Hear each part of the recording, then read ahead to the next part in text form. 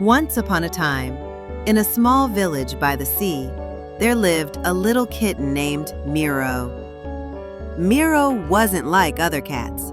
While others napped on rooftops, curled up by warm kitchens, or chased butterflies, Miro would sit quietly at the harbor, gazing out into the endless blue.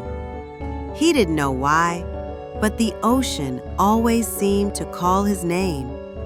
One early morning, just as the sun began to rise, Miro made a decision. Today, I'll set sail. Silently, without anyone noticing, he climbed aboard an old wooden fishing boat. He tied his blue scarf, the only gift from his mother, firmly around his neck, and with a brave heart, he pushed the boat away from the dock.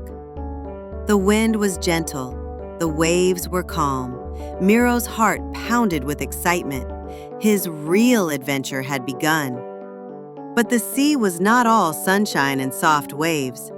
That afternoon, the sky turned dark. The wind howled. The sea roared.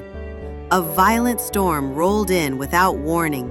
The little boat shook wildly. Miro clung tightly to the side, his fur soaked, his eyes wide with fear. He had never seen the ocean so angry. Then, a huge wave came crashing down. Everything went black. When Miro opened his eyes, he was lying on a strange, sandy shore. He had washed ashore on a mysterious island, a place with glowing trees that shimmered at night and wind that whispered secrets through the leaves. Miro stood up, trembling, his tiny paws sinking into the wet sand. He didn't know where he was or what would happen next. But the adventure wasn't over. That night, as Miro sat shivering beneath a glowing tree, he heard slow, heavy footsteps. From the shadows, a massive shape emerged. It was Toko, a giant sea turtle with a shell like polished jade, covered in soft moss, and eyes as deep and calm as the ocean floor. Toko looked at Miro and asked in a slow, gentle voice, "Who are you, little one, to come to this island alone?" Miro told his story, his voice trembling, but his eyes shining with hope. Toko gave a low chuckle.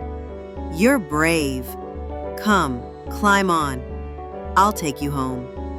And so, the journey home began, not on a boat, but on the back of a new friend. Toko swam gently across the moonlit sea. Miro lay on his shell, gazing up at the stars. The ocean breeze hummed a lullaby. Miro told Toko stories about his village, his blue scarf, and his dream of seeing the ocean. Toko listened quietly, smiling softly. At last, the lights of the village came into view. The villagers were